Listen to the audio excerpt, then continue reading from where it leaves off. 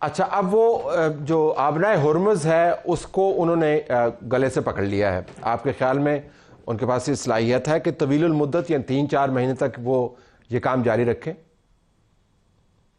नहीं, ये इतना 3-4 महीने तो सदर डोनाल्ड ट्रंप के पास हैं भी नहीं। ये हफ्तों की बात है। ये ज्यादा ज्यादा महीना खिंचेगा मेरे अंदाजे के मुताबिक। Again you know, all things being equal, लेकिन महीनों की बात नहीं हो सकती। देखें, ये अगर ये इसको बंद रखेंगे ना तो they risk incurring greater American air strikes. Intensity ज्यादा होगी। अभी तक जो है वो अमेरिका ने वो जिसको हम कहते हैं हाथ हौला रखा हुआ है। क्यों? क्योंकि वो नहीं चाहते कि किसी भी अस्करी कार्रवाई के नतीजे में रजीम जो है पूरी तरीके से कलैप्स हो जाए, क्योंकि उन्होंने किसी से डील बनानी है।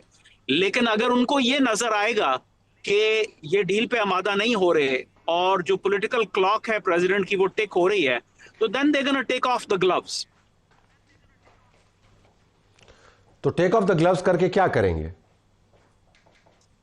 बेसिकली जो है वो फिर परवाह नहीं करेंगे कि कोई रेजीम बचती है या नहीं बचती।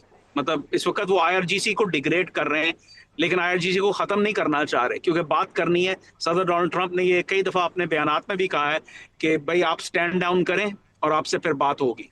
लेकिन अगर वो नहीं आमादा होंगे, जैसे पहले नहीं कर रहे थे, बातचीत चल रही थी स्टीव विटकॉफ और जैरेड कुशनर और अब्बास अरगची साहब की जो उनके वजीर खारजा हैं, लेकिन वो नहीं मान रहे थे, तो फिर कार्रवाई करनी पड़ी। पिछले जून में भी की, अब दोबारा करनी पड़ी।